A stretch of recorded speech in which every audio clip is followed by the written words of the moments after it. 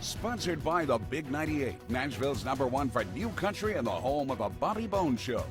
The Rock Review is on location at Clint Black's studio, and we're talking about the brand new album that came out, Still Killin Time. It's been 30 years. Now, I gotta brag on you a little bit. Grammy Award winner, multiple gold and platinum albums, and a recent star. And you already had a Hollywood star of fame, right? Yep. It's feeling more and more cemented.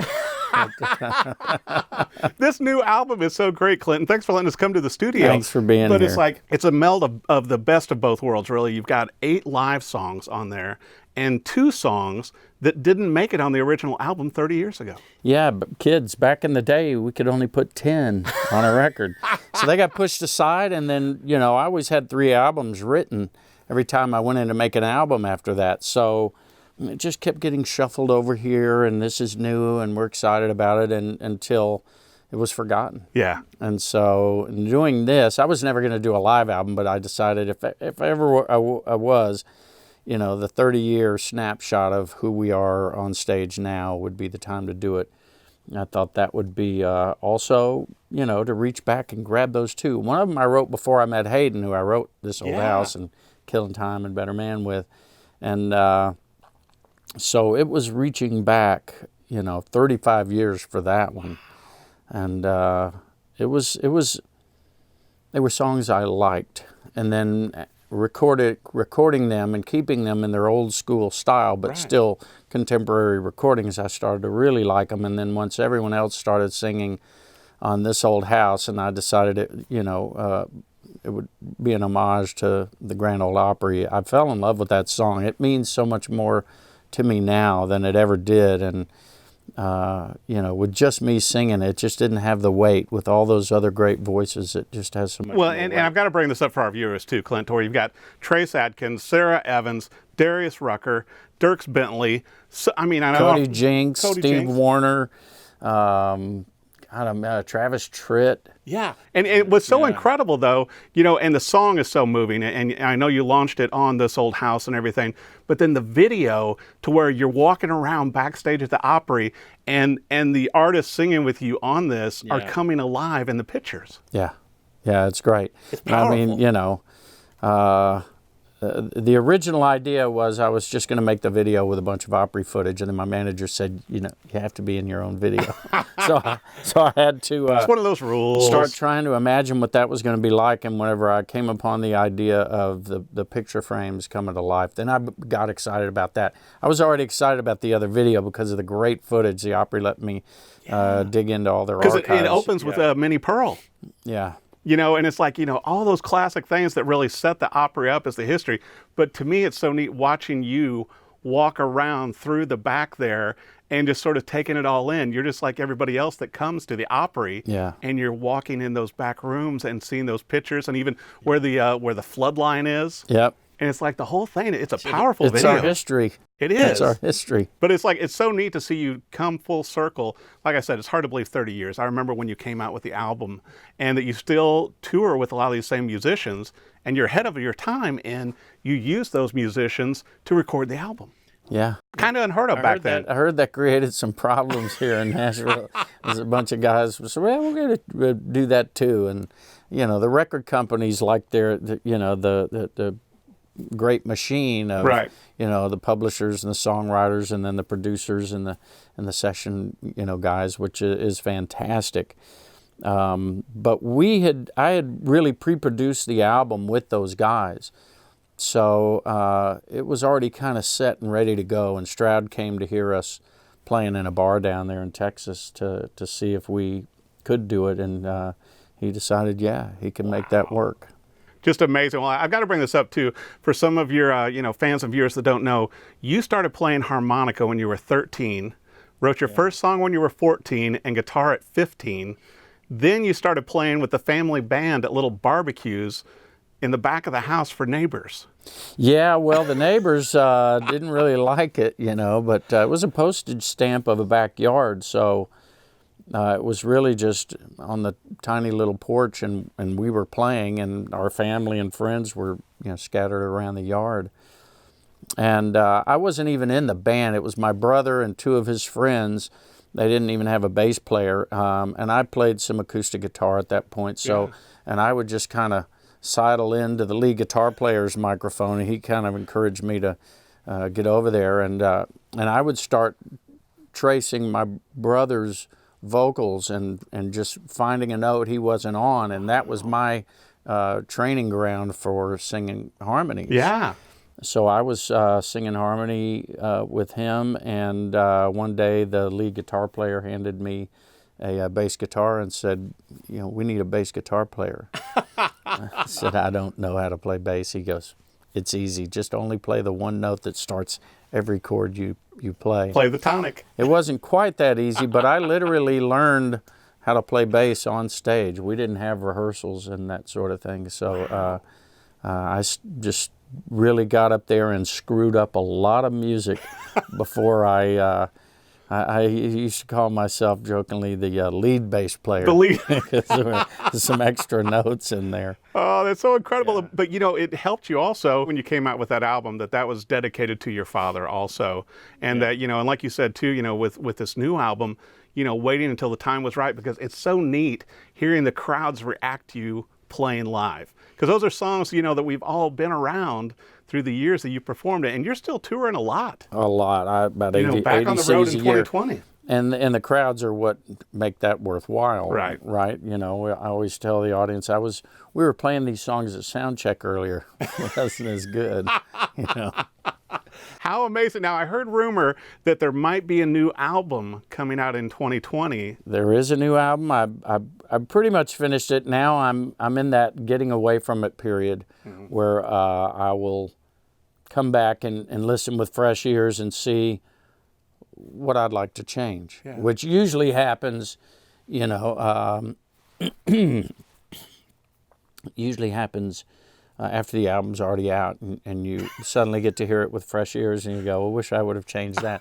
But I've had the luxury of time on this one, with still Killin Time coming out, that I was able to put it away, and so I'll over this break, I'll get that sorted out, and it'll be ready probably for April. So you and the band will be back on the road in March, probably? Yep, back on the road. So everybody needs to be checking your website and social media. And Yep, go to clintblack.com, and I tried to get georgestrait.com. It was taken, but you can find out about me at clintblack.com, and leave me your email address there, and or I'll get it from the NSA. Either way.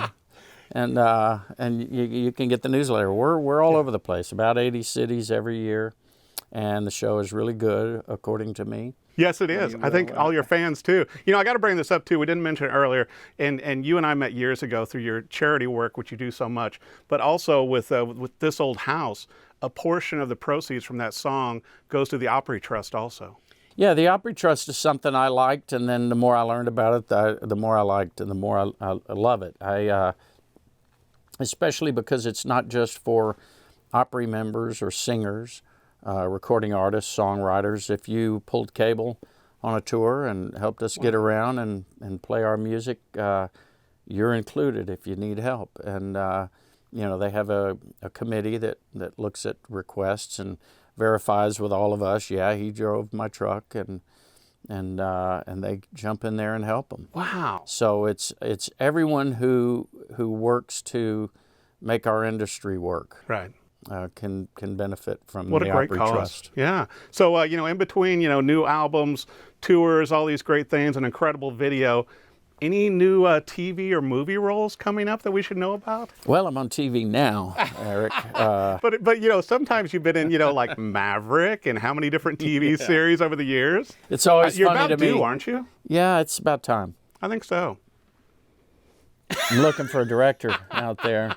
They would just decide I could do a role. I always found that to be interesting, that without a lot of footage to prove it, you know, directors would decide I can do this, and it was always frightening to me, and so that compelled me to do it because it was a challenge. Right. And you know, fortunately, my wife's an actress, and she would give me some pointers, and you know, especially like, you know, be ready to sit around for 12 hours and then go. It's sort of like being on a tour bus going to play a concert. Yeah. Similar. You have to sit around a lot. My wife reminded me a while back that after doing Hope and Faith, Yeah. that I told her I would do anything short of prison time to be in comedy. And it's true. You know, I got to bring this up as our last thing, though. Speaking of a little taste, I understand you have a taste for cognac and have a little collection. Well, why do you think I'm slurring my words right now? So has the music business helped you with this collection as it has grown over the years? I just, wanted to wonder if you want to share that. Actually, that's all publishing money that buys the cognac. So there's a lot. Just go out to the mailbox. Oh, look, another cognac bottle. It's interesting. I wrote my own Christmas album. I couldn't do the standards, and so I wanted some orchestral stuff, and we went to London to record at Wembley, 101-piece orchestra there, and when we finished, it was such an emotional ride, just such a joy. I thought we should celebrate, and we all went out to dinner, and afterwards we're sitting in this lounge area outside the hotel bar, and cigars were a big deal at the time. Everyone was handing them out, and I said, well, let's have some cigar to celebrate and some cognac. And so the waiter, I said, we'd like some cognac, and he disappeared, and another guy in a tuxedo shows up. We should have some cognac. So it was a big deal. Turns out the cognacs were 200 years old, and I couldn't believe it. So being a history buff, I had to try that. Yeah. And it was so amazing to me that I could be drinking something that the people who made it came from such a different life, they could not imagine my life. Right. Just riding around in a car was more than they could have probably imagined back in 1805. And so I became really infatuated with that. And once I started collecting them wherever I could find them, then I started looking for ones that had some connection to history. I found a bottle of 1865. I found a bottle of 1812. Oh my goodness. 1876 for the centennial. Right. I was always looking for. I have a pair of flintlock pistols that are 1848, so I found a bottle of 1848. So I like these historical connections, and whenever incredible. I would go back and read up everything I could on what was happening in the world at that time to try and have a sense of, when these grapes were grown, here's what was happening. When this was distilled, when, they would spend 50, 60, 70 years in a cask. Yeah.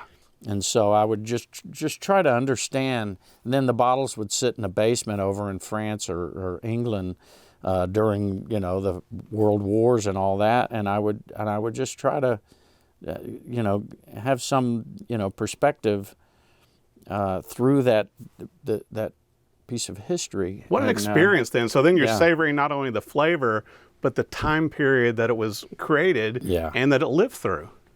Yeah, and it lasts so long as opposed to wines that you can open a bottle, have just a little bit, and recork it, and it'll last another 100, 200 years or whatever. You were like a man of mystery. A man of mystery. He likes liquor. No, but I mean, what an interesting hobby, though. It's not just, going, hey, I'm buying, some whiskey. I mean, it's historical relevance. That's it. That's it for me. And that's much more interesting to me. I've run across some really interesting things. I have a big book. It's a huge book of wanted posters.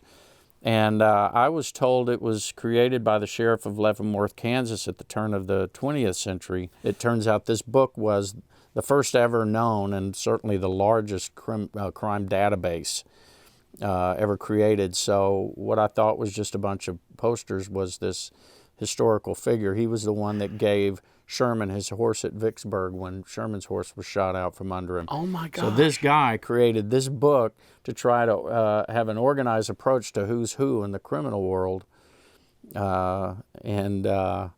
It just, that sort of thing. And of course, wow. You look through there and there's some murderers in there, but there's also, people in there who are wanted for false pretenses, which I thought they're all in Washington, and so these look so go familiar. get them. I knew there was something illegal about that. So, you know, and you've got someone who's just wanted because they went missing, and someone who's wanted because they stole a pearl necklace. This sounds like a documentary or a TV show in and of itself. Yeah. And if you pair it with each year with cognac also. then I'm just then what you saying. have is a poorly shot TV show, one that really can't be aired. You can't see that. It could work. I'm just saying, it's an idea, Clint. What do you think? I like it. Oh my gosh, so much fun, so many great things going on. Be sure, however you take in music, whether you download digital, buy the album, obviously come see him live. Still Killin Time, 30 years old. It's hard to believe, and he still looks like he's 27. So It's because of all the water I drink and my liquor. Now, one other thing, the songs are live. We corrected 2 fiddle parts because they were corrupted on the digital recording, but it's live, no re-singing on or anything like that. So if you like real live music, that's what you'll get. I'll tell you what, I listened to the entire album. It's incredible. Also, check out the video. It's on Clint's website too. It's amazing with all the other artists with This Old House that participated in this, and that part of the proceeds go to the Opry Trust is amazing too.